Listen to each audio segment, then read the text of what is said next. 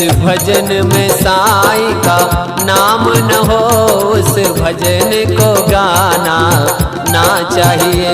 जिस भजन में साईं का नाम न हो उस भजन को गाना ना चाहिए। उस भजन को गाना ना चाहिए। उस भजन को गाना ना चाहिए। जिस भजन में साईं का नाम न हो उस भजन को गाना ना चाहिए। जिस भजन में साईं का नाम न हो उस भजन को गाना ना चाहिए।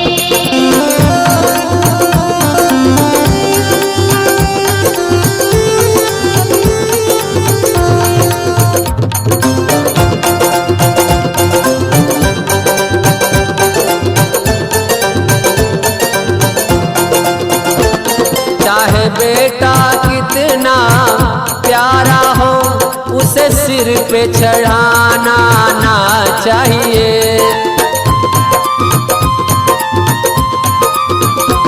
चाहे बेटा कितना प्यारा हो उसे सिर पे चढ़ाना ना चाहिए। जिस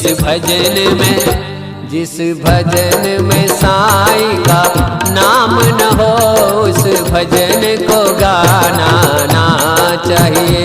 जिस भजन में साईं का नाम न हो उस भजन को गाना ना चाहिए।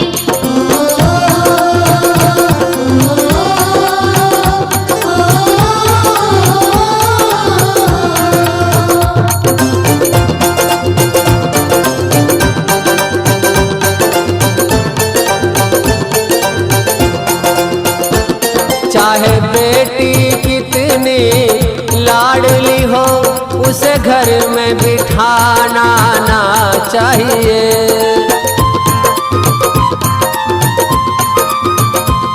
चाहे बेटी कितनी लाडली हो उसे घर में बिठाना ना चाहिए।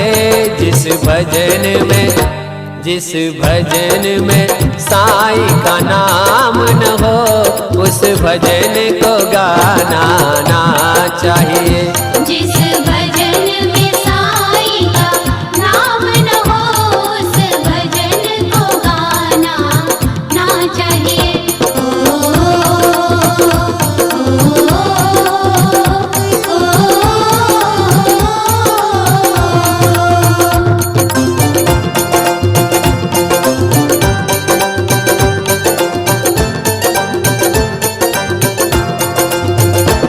चाहे पत्नी कितनी प्यारी हो उसे भेद बताना ना चाहिए।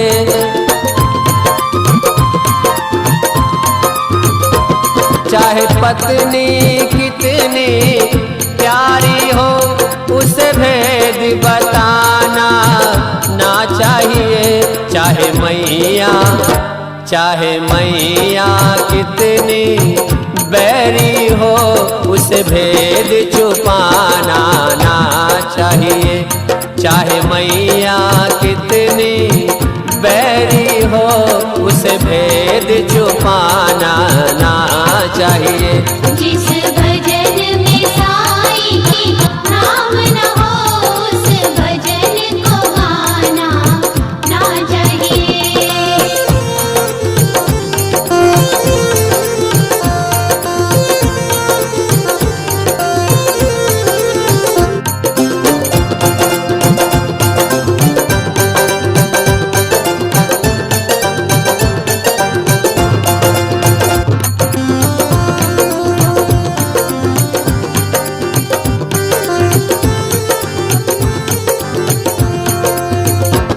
जिस माँ ने तुमको जन्म दिया दिल उसका दुखाना ना चाहिए।